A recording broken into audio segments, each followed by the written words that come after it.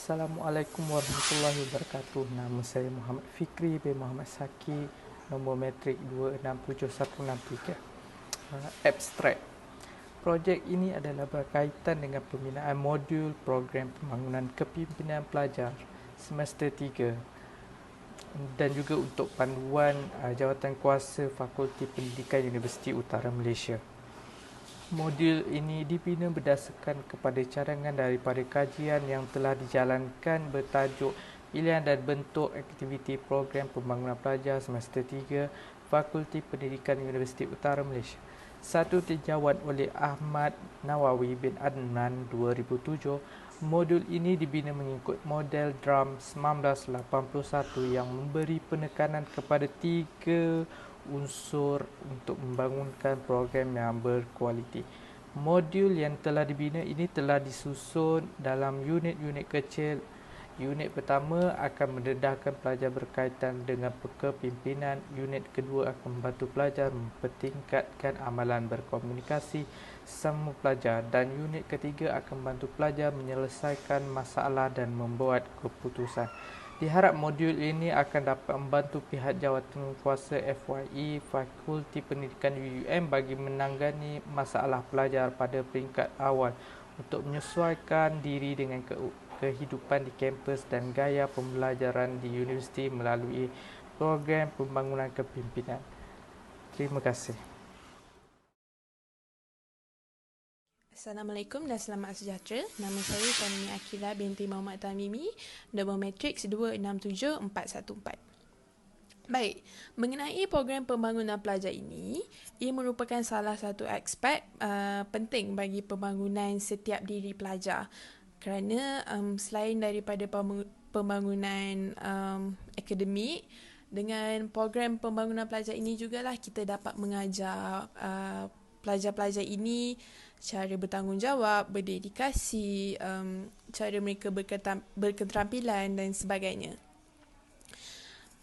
Sebagai seorang pelajar baru ataupun mahasiswa ataupun mahasiswi yang baru, maka satu program ini perlulah diadakan bagi membantu pelajar menyesuaikan diri supaya pelajar-pelajar ini dapat adapt environment yang baru.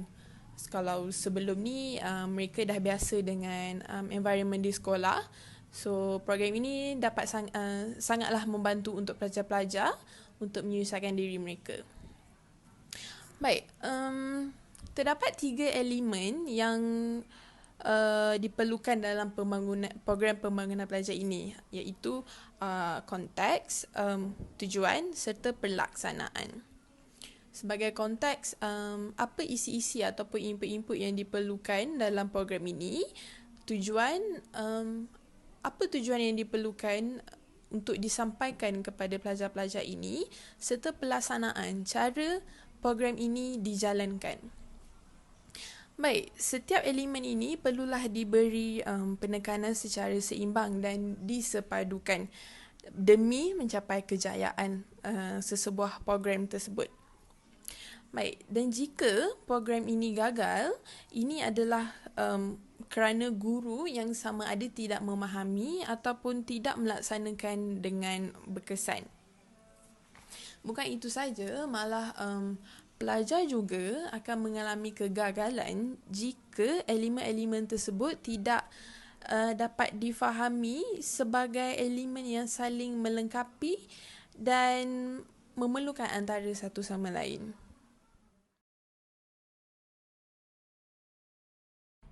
Assalamualaikum warahmatullahi wabarakatuh. Saya Syahrizal Zambi Ahmad, nombor matrik 267384. Okey, hari ini saya nak buat program pembangunan kepimpinan pelajar semester 3 UUM. Bab saya inilah mengenai penyataan masalah. Berdasarkan permasalahan yang telah dikenal pasti, jelas menunjukkan masih belum ada lagi suatu model pembangunan kepimpinan untuk semester 3 yang sistematik.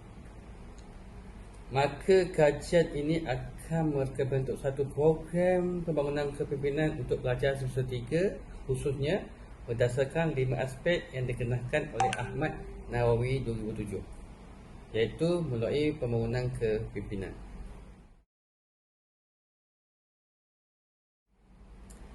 Dan objektif pembangunan modal ini dia harap dapat membantu pelajar,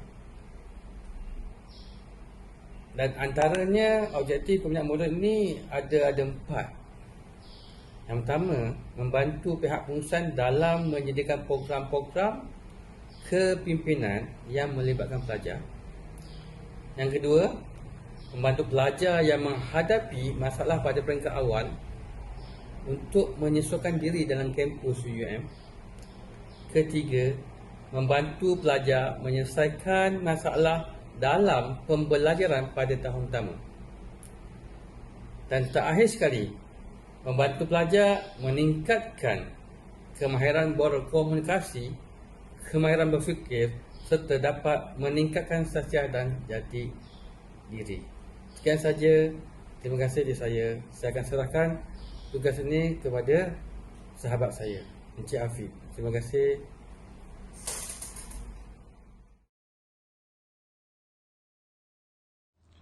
Assalamualaikum, nama saya Muhammad Azlan, nombor matrik 267501. Sekarang saya akan terangkan tujuan dan matlamat program. Okey, tujuan dan matlamat program ini diwujudkan supaya apa yang kita jalankan akan meningkatkan atau dapat lebih banyak unsur yang baik. Okey, contoh unsur yang mesti ada dalam program pembangunan pelajar ni menurut Model Drum tahun 1981 ialah asas pembentukan diri dan menghala kepada untuk mendapatkan maklumat bagaimana pelajar berfikir, merasa dan bertingkah laku dalam program itulah. So matlamat pelajar yang menjadi asas dan perlu diberikan perhatian dalam menjalankan program pembangunan pelajar ialah merangkumi 7 dimensi. Terdapat 7 matlamat asas dalam pembentukan pembangunan program pembangunan pelajar ini. Yang pertama, kerangka kognitif. Kedua, perkembangan dan perkembangan dan pembangunan estetik. Ketiga, pembentukan identiti. Keempat, dimensi kesihatan fizikal. Kelima, dimensi pembangunan moral. Keenam, dimensi hubungan interpersonal. Ketujuh, pembangunan sosial. Okey, apa itu kerangka kognitif? Okey, kerangka kognitif ini merupakan dimensi pertama yang direka untuk menjelaskan dan mentarifkan bagaimana seseorang memproses dan menterjemahkan maklumat, idea, konsep dan pengetahuan secara kognitif. Kiranya kerangka kognitif ni menterjemahkan kita bagaimana untuk mendapat idea, konsep dan pengetahuan tu secara kognitif. Maksudnya secara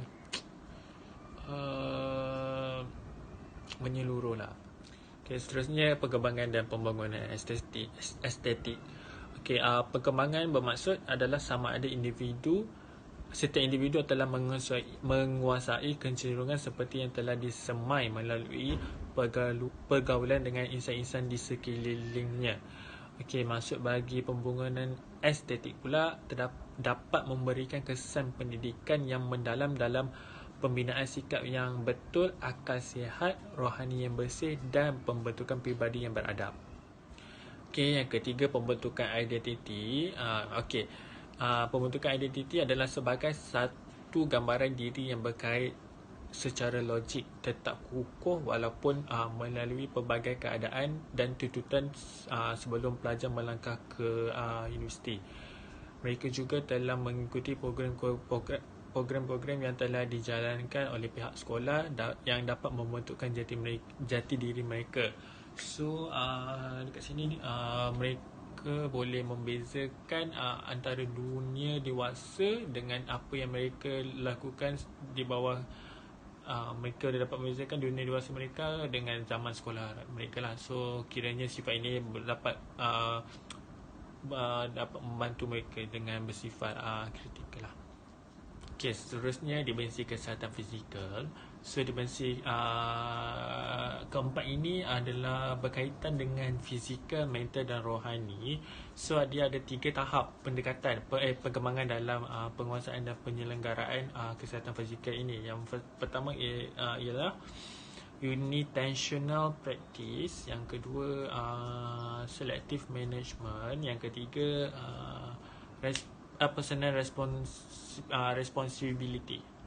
So pelajar dihubungkaitkan dengan pembesaran fizikal dan kematangan serta perubahan biokimia.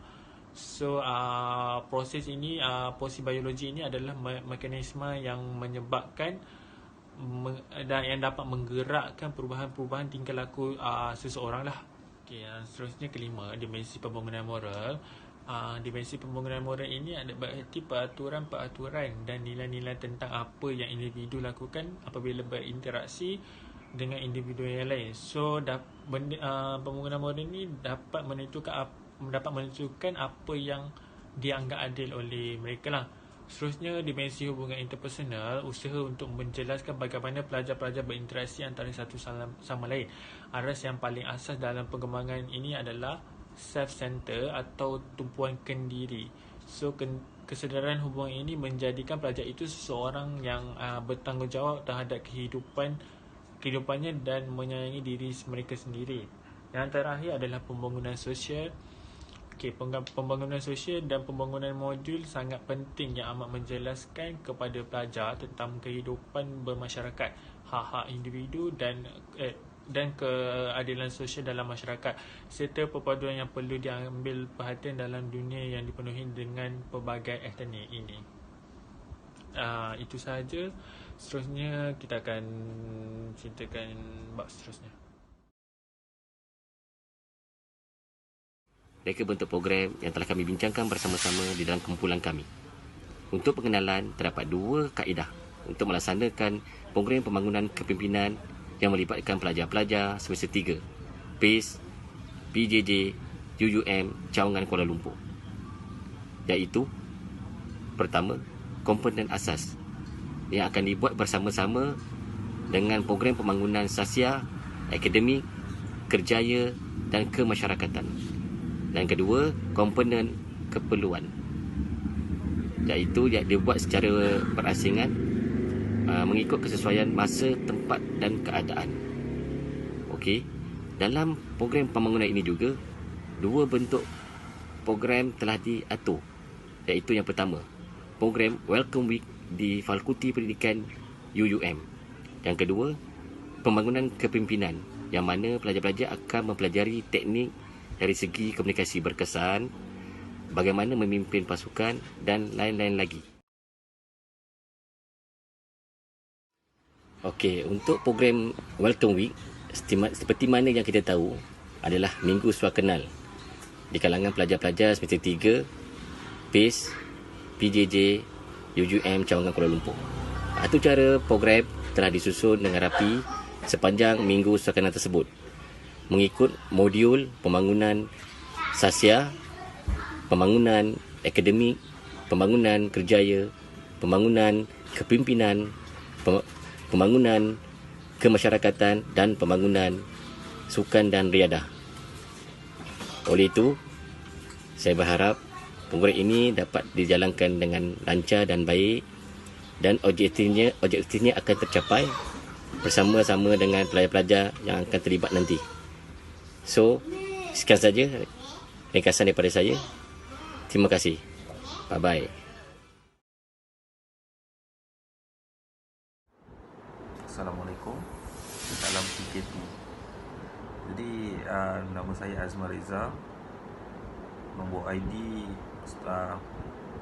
student ID 267070. Untuk program ni saya akan menerangkan lebih terperinci untuk dalam objektif program. So antara objektif program pembangunan pelajar tahun 1 first year experience ialah, 1. Membantu pelajar tahun 1 Fakulti Pendidikan dengan suasana yang gaya dan gaya pembelajaran di UTM. Kedua, mempertingkatkan pengetahuan dan kemahiran diri pelajar tahun pertama Fakulti Pendidikan dari aspek kepimpinan. Ketiga, melahirkan pelajar yang berkeyakinan tinggi, bijak dan menyesuaikan diri dengan suasana pembelajaran di universiti, menguasai pelbagai kemahiran dan kebolehan menguruskan pembelajaran dan secara lebih efisien untuk meningkatkan pencapaian akademik. Keempat, melahirkan pelajar di fakulti pendidikan yang berminat untuk menjadikan profesion pengurusan sebagai kerjaya pada masa akan datang. Yang kelima, melahirkan masyarakat pelajar yang bersatu padu dan bekerjasama serta memahami peranan mereka dalam aktiviti kemasyarakatan. Dan yang terakhir sekali, nombor 6, melahirkan pelajar yang cergas dan aktif dengan mengambil bahagian dalam aktiviti sukan dan riadah serta mengamalkan gaya hidup sihat. Okey, jadi itu saja untuk JT program.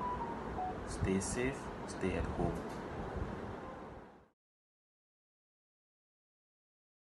Hai, selamat petang. Nama saya Muhammad Anwar bin Muhammad Jamil. So, saya punya nombor matrik adalah 268190. Untuk kumpulan kami, saya akan infokan tentang jangka masa program. So, jangka masa program bagi pelajar semester 3 Fakulti UUM lah, Universiti Utara Malaysia. So, untuk jangka masa program ni, tarikh dia akan bermula pada 18 Mei 2020 sehingga 20 hari bulan Mei 2020, iaitu berlangsung selama 3 hari 2 malam. So, untuk kita punya aktiviti ni, kita punya program ni kita akan berlangsung pada hari Jumaat, Sabtu dan hari Ahad. Okay, so pada hari pertama, hari Jumaat, pukul 2.30 sehingga 3.30 kita akan adakan untuk pendaftaran. 3.30 sehingga pukul 5 petang kita akan ada untuk taklimat program. Pukul 5 sehingga 7 petang kita akan ada kita boleh rehat dan kita akan ada makan malam. 7 sampai 9 malam kita akan adakan solat. Kita kemudian akan ada kuliah maghrib dan kita akan adakan aktiviti moral. 9 malam sehingga 11 malam kita akan adakan aktiviti mencari dan membentuk kumpulan lah, which is kita akan forming a group. Okay, by forming a group kita beritahu adakan kumpulan A, kumpulan B dan C. Kemudian pada hari kedua iaitu hari Sabtu, pada pukul 5.30 sehingga pukul 7 kita akan adakan solat subuh dan juga kuliah subuh. Pukul 7 sehingga 8 pagi kita akan adakan aktiviti senaman pagi, okay, seperti aerobik. Pukul 8 pagi sehingga 9 pagi kita boleh bersarapan lah, kita akan ada breakfast. 9 pagi sehingga 10.30 pagi kita akan ada aktiviti menjana kecemerlangan akademik. Okay, so pada pukul 10.30 sampai 12.30 hari kita akan adakan juga kita akan ada aktiviti pengurusan diri mahasiswa, iaitu one of the pembangunan akademik. Pukul 12.30 sampai pukul 2 kita akan rehat dan kita boleh makan tengah hari, lunch dan solat zuhur. Pukul 2 sehingga pukul 3.30 petang kita akan ada pengurusan pembelajaran secara efisien lah, kita akan bagi taklimat juga. Pukul 3 sehingga 4.30 petang kita akan ada pembangunan sukan dan riadah, which is badan cergas, otak cerdas. Pukul 4.30 sehingga 5.30 kita akan ada minum petang dan solat asar. 5.30 sehingga 6.15 petang kita akan bersenam sambil memuji kepantasan. Pada pukul 6.15 sehingga 9 malam kita akan adakan makan malam dan juga solat maghrib dan juga isyak. 9 sampai 11 malam kita akan ada aktiviti kepimpinan berkesan lah, pembangunan kepimpinan. Okay, kita akan ada aktiviti kepimpinan berkesan. Okay, so pada hari ketiga, pada hari Ahad ya, pukul 5.30 sehingga 7 pagi akan ada solat subuh dan juga kuliah subuh. 7 sehingga 8 pagi kita akan ada senaman pagi. 8.9 kita akan ada sarapan pagi. 9 sehingga 9.45 bengkel pembangunan diri dan kerjaya. one of the activity juga. Aktiviti seterusnya pada pukul 9.45 sehingga 10.45 ujian personality. 10.45 sehingga 11 pagi kita akan ada minum pagi iaitu breakfast. 11 tengah hari sehingga 11 hingga 12 tengah hari akan ada ujian minat kerjaya. Dan 12 hingga 1 tengah hari penutup, dan 1 petang kita akan adakan jamuan kemudian bersurai. So itu saja daripada saya lah. Terima kasih.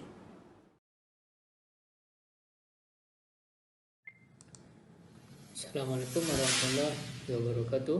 Saya Muhammad Rusdi bin Muhammad Zulkifli. Saya akan membincangkan kesimpulan bagi program kepimpinan pelajar. Pembinaan modul program pembangunan kepimpinan pelajar adalah salah satu langkah untuk membantu pelajar untuk menyesuaikan diri dengan persekitaran, di samping dapat memupuk minat pelajar terhadap profesi perguruan, pendidikan ataupun kepimpinan.